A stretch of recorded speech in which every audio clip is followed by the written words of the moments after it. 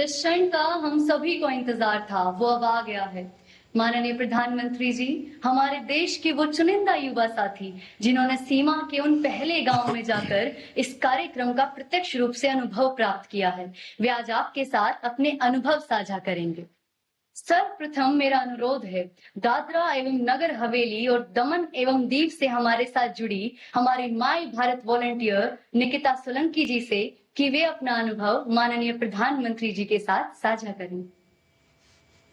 नमस्कार झूले माननीय प्रधानमंत्री जी, मैं सोलंकी निकिता प्रवीण, केंद्र शासित प्रदेश दादरा एवं नगर हवेली दमन और दीव से माई भारत की स्वयं सेविका हूँ सर।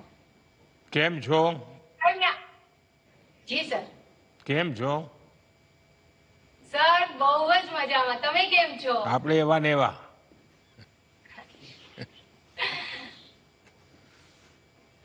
सर, मैं आपके समक्ष विकसित वाइब्रेट विलेज प्रोग्राम में जो अनुभव साझा किए वो आपके समक्ष और मेरे साथियों के समक्ष रखना चाहूंगी कि सर सच कहूं तो मैंने कभी सोचा नहीं था कि चारों ओर समंदर से घिरे दीव से मैं एक दिन भारत के दूसरे कोने में बसे हिमाचल प्रदेश पर्वतों के बीच में किन्नौर डिस्ट्रिक्ट के सीमावर्ती गांव चांगो विलेज में जाऊं। निकिता, आप करती क्या है? सर मैं एलएलबी की स्टूडेंट हूँ, लॉ की पढ़ाई कर रही हूँ। और इसमें जाने का अवसर कैसे मिला आपको?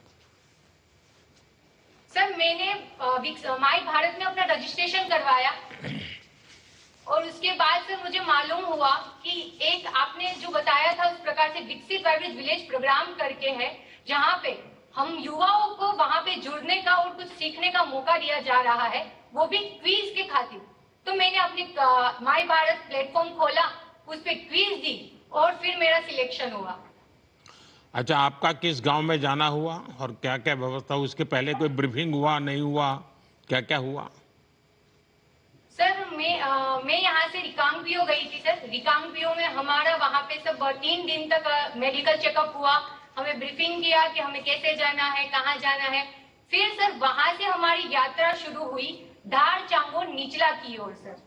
और वहां पे जाके सर सच बताऊं तो मैंने सोचा नहीं था कि मैं एक छोटे से द्वीप से वहां सीमावर्ती गांव तक पहुंचूंगी सर, लेकिन मुझे ये अवसर प्रदान हुआ है माई भारत के माध्यम से विकसित वाइब्रेट विलेज प्रोग्राम के तहत।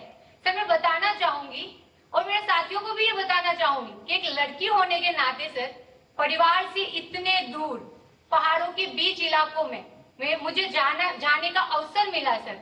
ये तो बहुत ही नया सफर था और मेरे लिए चुनौतियों भरा भी।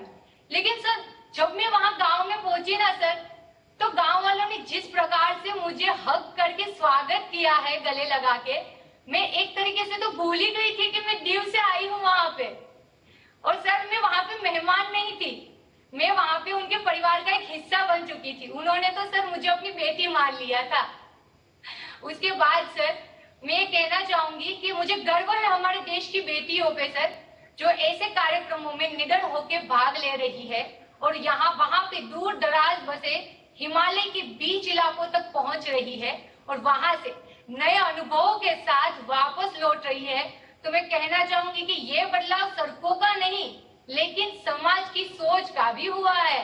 और सर बेटियों के लिए अवसर बन रहे हैं और अवसरों पे भरोसा भी किया जा रहा है और यही हमारे देश की निडर बेटियां सर हमारे नए आने वाले भारत की खूबसूरत पहचान है। निकिता जी, आपको संभवतः पता होगा कि हर दिवाली में अपने फौजी भाइयों से मिलने मैं बॉर्डर पर जाता हूं। ये संयोग है कि साल 2016 में मैं दिवाली पर बॉर्डर किनारे बसे चांगो क्षेत्र में ही गया था। ओ सर। निकिता, आप चांगो के जिन गांवों में गई, क्या वहां महिला प्रधानों या जनप्रतिनिधियों से मिलने का अवसर मिला? हाँ सर मिला ना हमें सर। मैं जब चांगो धार का भ्रमण कर रही थी गांव का, तो वहाँ की प्रधान, वहाँ पंचायत के प्रतिनिधि, महिलाओं, किसानों, बुजुर्गों और बच्चों से सब मैं मिली, उनसे बातचीत की। और जब मैंने महिला प्रधान से सब बातचीत की तो पता चला सर मुझे कि वो घर भी संभाल लेती है खेती भी संभाल लेती है, वहां पे जॉब भी कर लेती है। और उससे सर मुझे एक हिंदी फिल्म का डायलॉग याद आ गया, वो स्त्री है कुछ भी कर सकती है। उनसे और जो सर, बातें हुई आपको, क्या कोई कठिनाइयां भी बताती थी क्या? या उनके जीवन की हाँ कुछ विशेषताएं हैं जो हमारी तरफ नहीं होती हैं? ऐसा कुछ आपके हाँ ध्यान सर, में आया क्या? हाँ सर, मैं जब यहाँ दिकांग पीओ से चांगो के लिए सर गई, तो मैंने तो अपनी तैयारी कर रखी थी कि वहां पे मैंने देखा था सर रील्स में कि वहां पे नेटवर्क्स नहीं होते, वहां पे लाइट नहीं आती सर। और जब मैं वहां पे निकली सर, और मैंने जो रास्ते देखे सर, पर्वत, इतने ऊंचे ऊंचे पर्वतों और ढलान वाली जगह पे इतने पक्के रास्ते, तब मैं सोच रही थी। फिर मैंने वहां के लोगों से जाके बात की, उनसे पूछा कि ये कैसे है, तो वो बोल रहे थे कि पहले ये सब नहीं था, पहले हमें बहुत तकलीफें होती थी, लेकिन ये सिर्फ संभव हो पाया है हमारे प्रधानमंत्री ग्राम सड़क योजना के तहत ये सड़कें बनी है। और साथ ही उन्होंने ये भी बताया मुझे, ये भी बताया कि पहले हमारे घर पे ना पीने का पानी नहीं आता था, लेकिन अब हमारे प्रधानमंत्री जी की वजह से आज जल जीवन मिशन के तहत हमारे घर पे पीने का पानी मिल रहा है। साथ ही सर उन्होंने मुझे ये भी बताया कि आप लोग तो ये सोच के आए थे ना कि यहाँ पे लाइट नहीं होगी, पावर बैंक लेके आए होंगे। तो मैंने बोला कि हाँ, तो उन्होंने बताया कि नहीं, यहाँ पे 24 घंटे बिजली रहती है और नेटवर्क कनेक्टिविटी रहती है। और यहाँ पे प्रधानमंत्री जी के वजह से आयुष्मान भारत के तहत हम सभी लोगों का स्वास्थ्य पे भरोसा भी बढ़ा है और हमारा जीवन आसान हुआ है। सर एक बात बोलूं मैं आपसे? हाँ, बताइए। सर मैं कहना चाहूंगी कि पहली बार मैंने विकास कहाँ पे देखा पता है आपको? मैंने विकास देखा वहां की महिलाएं, बुजुर्गों और हंसते खेलते बच्चों के हंसते मुस्कुराते चेहरों में सर, और मैं खुद शॉक हो गई सर। अच्छा, वो लोग आपको क्या सवाल पूछते थे जब आप उनसे बात करते थे? सर मैं वहां पे गई, छोटी आयु के बच्चे होंगे, आपकी बराबरी के होंगे, कुछ महिलाएं, माताएं, बहनें होंगी, वो आपसे क्या जानना चाहती थी?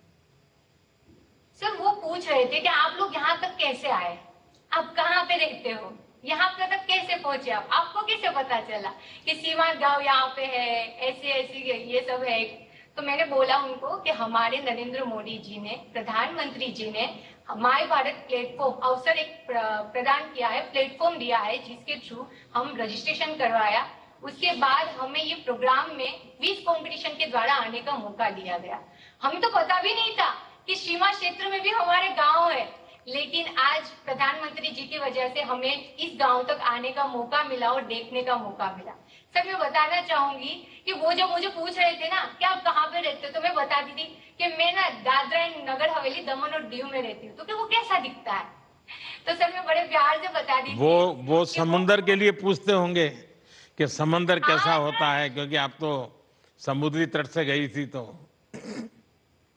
हाँ सर, मैंने उनको बताया। और छोटे छोटे सर बच्चे भी पूछ रहे, दीदी आप कहाँ से हो, कैसा दिखता है आपका गांव? तो मैंने उसको बताया कि हमारे द्वीप पे चारों ओर समंदर है।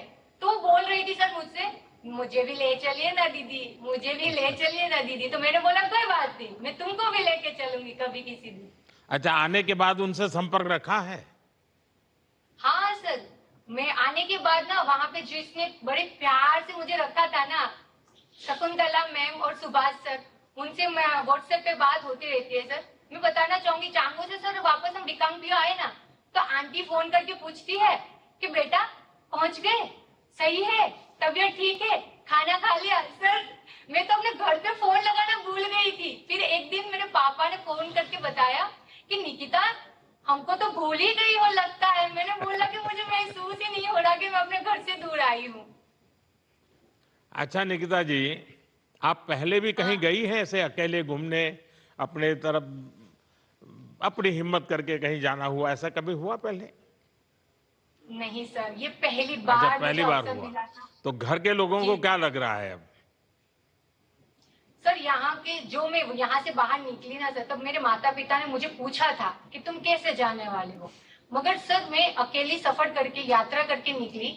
तब मुझे सर बचपन में जो कविताएं मैंने सुनी थी भारत के बारे में, वो आज मैंने वास्तविक रूप से भारत को महसूस करके जिया है सर। और जब मैं सर वापस घर पे आई ना, तब मेरी मम्मी पापा मुझे क्या पूछ रहे पता है आपको?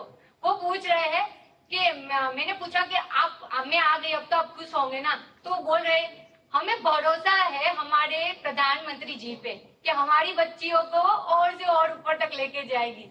मैं क्या हाँ, हमारे प्रधानमंत्री जी की ही वजह से मैं वहां तक पहुंच पाई हूँ। कभी गांव वालों से वीडियो कॉन्फ्रेंस कीजिए और आपके पूरे परिवार को बिठाकर गांव वालों से बातचीत कीजिए, क्योंकि आजकल तो वहां भी 4G तो पहुंच ही चुका है। जी जी सर। सर मैं एक बात बोलूं आपसे? हाँ बोलिए, आप तीसरी बार बोल रही हो। सर मैं बताना चाहूंगी कि सर हम जब 7 दिनों तक वहां पे रुके ना सर, तो हम लोग अलग अलग एक्टिविटीज कर रहे थे सर। और पहली बार जब हम स्वच्छता अभियान के लिए निकले लोगों के साथ, तो हमने वहां पे कौन सा गीत गाया पता है सर? साफ सफाई करते करते हम गा रहे हैं, नौजवान आओ रे नौजवान गाओ